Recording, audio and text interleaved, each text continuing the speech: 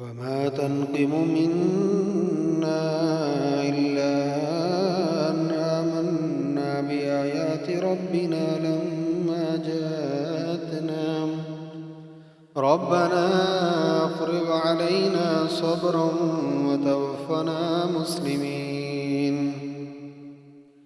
وقال الملأ من قوم فرعون تذر موسى وقومه ليفسدوا في الأرض ويذرك وآلهتك قال سنقتل أبناءهم ونستحيي نساءهم وإنا فوقهم قاهرون.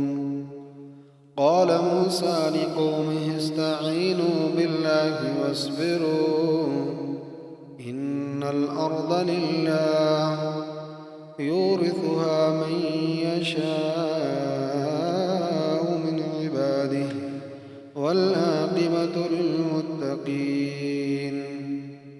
قالوا أوذينا من قبل أن تأتينا ومن بعد ما جئتنا قال عسى ربكم أن يهلك عدوكم ويستخلفكم في الأرض فينظر كيف تعملون.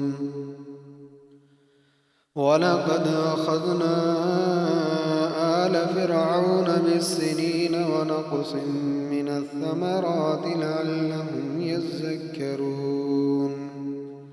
فإذا جاءتهم الحسنة قالوا لنا هذه وإن تصبهم سيئة يطيروا بموسى ومن معه ألا إنما طائرهم عند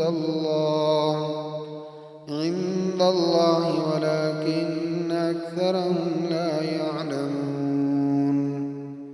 وقالوا مهما تأتنا به من آية لتسحرنا بها فما نحن لك بمؤمنين.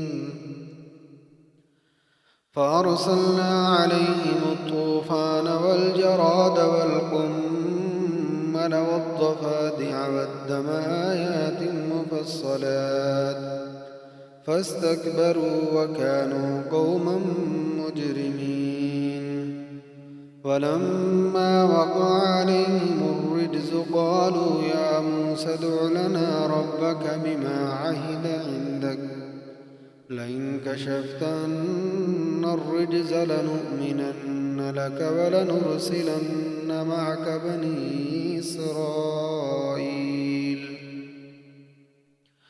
فلما كشفنا عنهم الرجز إلى أجل هم بالغوه إذا هم يمكثون فانتقمنا منهم فأغرقناهم في اليم بأنهم كذبوا بآياتنا وكانوا عنها غافلين. وأورثنا القوم الذين كانوا يستضعفون مشارق الأرض ومغاربها التي باركنا فيها وتمت كلمة ربك الحسنى على بني إسرائيل بما صبروا ودمرنا ما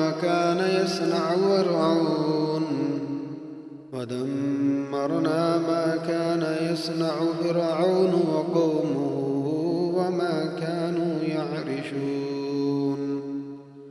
وجاوزنا ببني إسرائيل البحر فأتوا على قوم يعكفون على أصنام لهم قالوا يا موسى اجعل لنا إلها كما لهم آلهة قال إنكم قوم تجهلون. إن هؤلاء متبر ما هم فيه وباطل ما كانوا يعملون. قال غير الله يبغيكم إلها وهو فضلكم على العالمين وإذ أنجيناكم من آل فرعون يسومونكم سوء العذاب يقتلون أبناءكم ويستحيون نساءكم